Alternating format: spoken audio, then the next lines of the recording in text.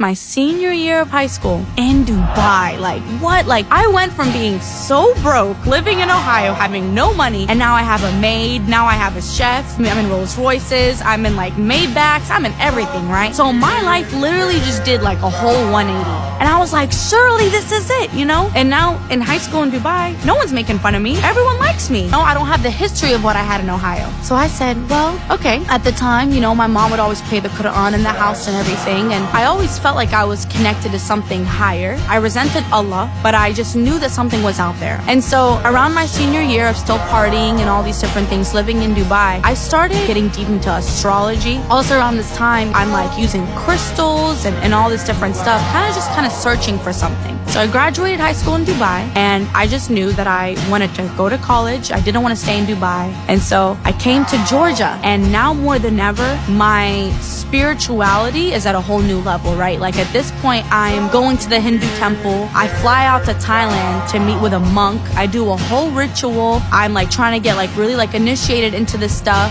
I am doing manifestation, tarot cards. I go to Toronto to meet with a psychic, and I would be lying if I said I wasn't interested. I was so interested because all these questions I had about my existence and why I was seeing those demons when I was a little girl and all these different things, it's like it was giving a sort of answer I was looking for. My entire life I'm looking for an answer. Why is my dad treating me like this? But now for the first time I have something that kind of affirms what I'm feeling in the spiritual realm. And sophomore year comes, and I said, you know what, I have had such a fun time here in Atlanta partying. I know all the promoters. You know, at this point I'm, you know, sleeping with men, playing house with this one guy, unhealthy relationship. I'm also living a homosexual lifestyle in the midst of all this because I just didn't care, right? And I was also a lot more comfortable with women because of what had happened to me and everything. I was like, oh, you know what, maybe I want to start experimenting a little bit more, you know? So I started having some relations with women at the time, and I was just what you call a free spirit. Men, women, drugs, alcohol, whatever. As I made my way up in Atlanta nightlife, I started having connections. I was at like NBA players' houses partying. I was at like music video shoots. You know, I had rappers in my DMs, NFL players in my DMs. Like, okay, so now I know what I need to do. I know why I'm still sad. It's because even when I was in Dubai, it was my parents' money. It wasn't my own money. So now I know what I need.